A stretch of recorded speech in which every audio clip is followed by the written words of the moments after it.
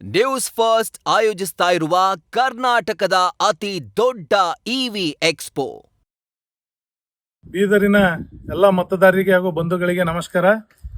ಇವತ್ತು ವಿಡಿಯೋ ಮಾಡೋ ಉದ್ದೇಶ ಭಗವಾನ್ ಖೋಬಾ ಅವರ ವಿರೋಧ. ಭಗವಾನ್ ಖೋಬಾ ಒಂದು ನಾಲಾಯಕ ಮಾಜಿ ಸಚಿವ.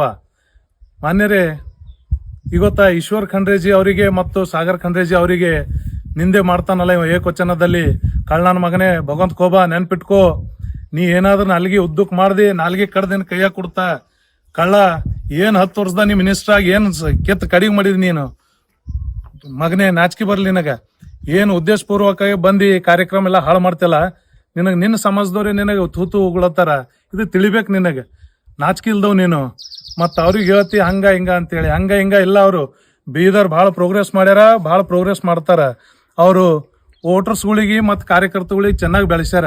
ನೀ ಯಾರಿಗೆ ಬೆಳೆಸಿದಪ್ಪ? ಅವ್ನು ಬಿಜೆಪಿ ಕಾರ್ಯಕರ್ತ ಇಟ್ಕೊಂಡಿದ್ದೆ ನೀನ್ ಹಿಂದ. ಬಿಜೆಪಿ ಹೆಸರ ಮೇಲೆ ಗೆದ್ದು ನೀ ರಾಜಕೀಯ ಮಾಡಿದಿ. ಉದ್ದೇಶಪೂರ್ವಕವಾಗಿ ಇದು ಕಾರ್ಯಕ್ರಮ ಹಾಳು ಮಾಡಕ್ ನೀ ಏನೋ ಮಾತಾಡತ್ತಿದಿ. ಈ 10 ವರ್ಷ ಆಯ್ತು, ನೀ ಏನ್ ಡೆವಲಪ್ ಮಾಡಿದಿ ಹೇಳು? ನಿಂದೇನ್ ಡೆವಲಪ್ಮೆಂಟ್ ಅದ? ಹೋಲ್ ಕಾರ್ಯಕರ್ತಗಳಿಗೆ ಡೆವಲಪ್ಮೆಂಟ್ ಮಾಡಿದೆ.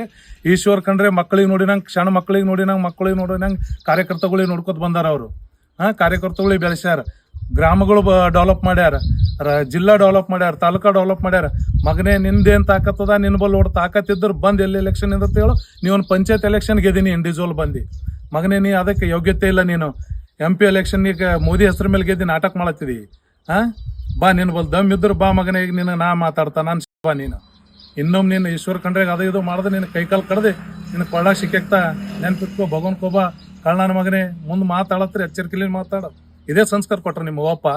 ಓದಿದೆ ಲೋ, ಅನ್ಎಜುಕೇಟೆಡ್ ರಾಸ್ಕಲ್. ಇನ್ನೊಮ್ಮೆ ನೀ ಆ ಥರ ಮಾತಾಡೋದು